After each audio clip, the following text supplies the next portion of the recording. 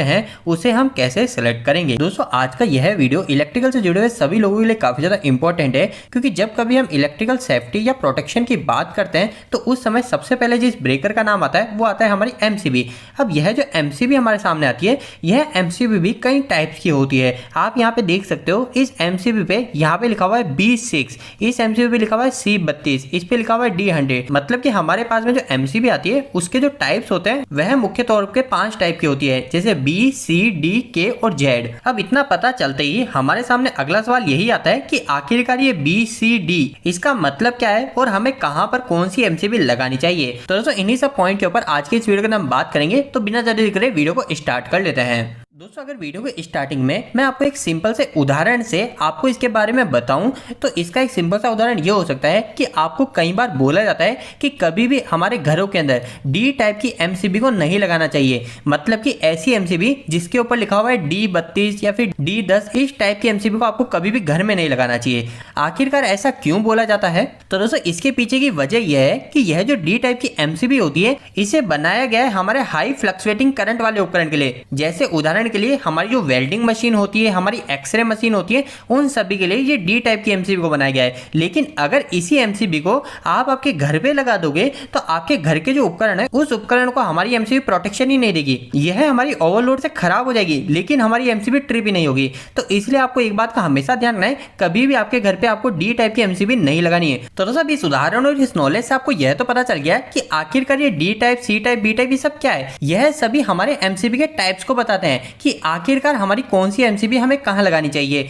अगर दोस्तों हम सबसे पहले बी टाइप की एमसीबी की बात करें तो इस एमसीबी को मुख्य तौर पे हमारे हाउस लोड के हिसाब से बनाया गया है। मतलब कि कभी भी आपको घर पे एमसीबी लगानी है तो आपको सबसे पहले बी टाइप की ही एमसीबी को सेलेक्ट करना चाहिए। अगर अभी हम यहाँ पे ये जो बी लिखा हुआ है इसकी बात करें, यह हमें क्या बताता है? तो यह हमें इस बात को बताता है कि हमारी जो भी एमसीबी है, इस एमसीबी में से जब भी इसकी रेटिंग से 3 से 5 गुना ज्यादा करंट निकलेगा तो यह एमसीबी मात्र 0.04 से लेकर 13 सेकंड के बीच में ट्रिप हो जाएगी। तो इससे आप एक उदाहरण समझ लीजिए। उदाहरण के लिए मान लीजिए आपके पास में जो एमसीबी है इस पे लिखा हुआ है B10, मतलब कि यह जो हमारी एमसीबी है ये हमारी 10 एम्पियर की है और किस टाइप की एमसीबी है? हमारे बी टाइप की है। तो अब यह जो बी टाइप लिखा है ये हमें इस बात को बताएगा कि आपने जो इस एमसीबी पे लोड जोड़ रखा है, उदाहरण के लिए मान लीजिए आपने यहाँ पे एक लोड जोड़ रखा है और यह लोड किसी भी कारणवश हमारे 10 एम्पियर ज्यादा करंट ले गया। 10 एम्पियर से कितना ज्यादा? तो उदाहरण के लिए मान लेते हैं कि हमारे इस एमसीबी के 3 से 5 गुना ज्यादा करंट ले गया, जैसे कि 10 की जगह हमारा 30 से 50 एम्पियर करंट ले गया।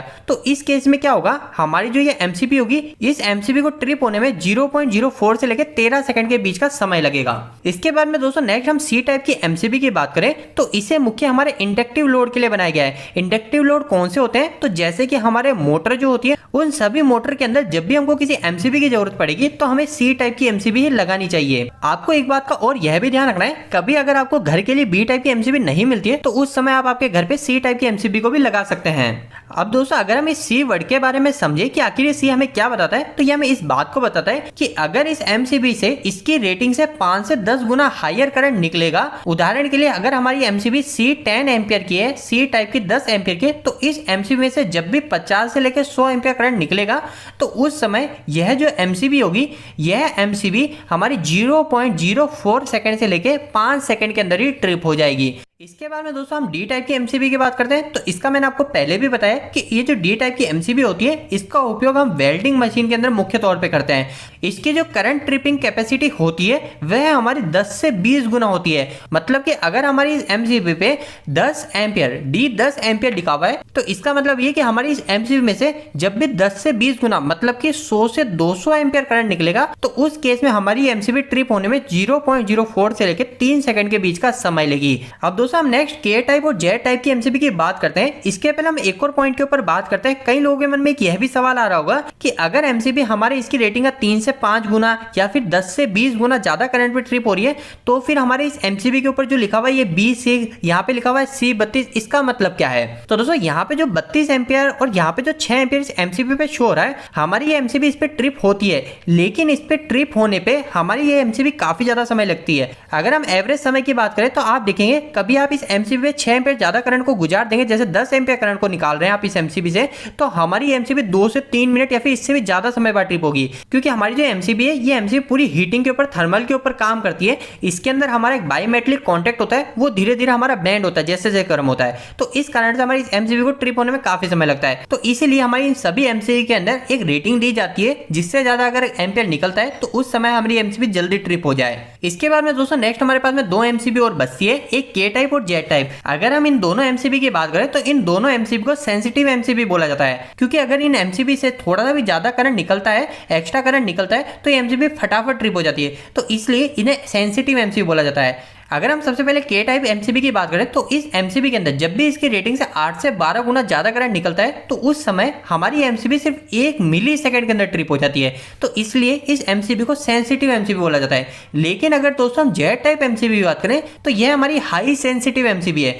तो यह जो एमसीबी होती है, इस एमसीबी के अंदर अगर इसकी रेटिंग का सिर्फ 2 से 3 गुना ही ज्यादा करंट निकलेगा तो उस केस में हमारी एमसीबी सिर्फ 1 मिली सेकंड के अंदर ही ट्रिप हो जाएगी। तो इसलिए इन दोनों एमसीबी का उपयोग कभी भी घरों पे या फिर मोटर के लिए नहीं किया जा सकता है। यह एमसीबी हमारी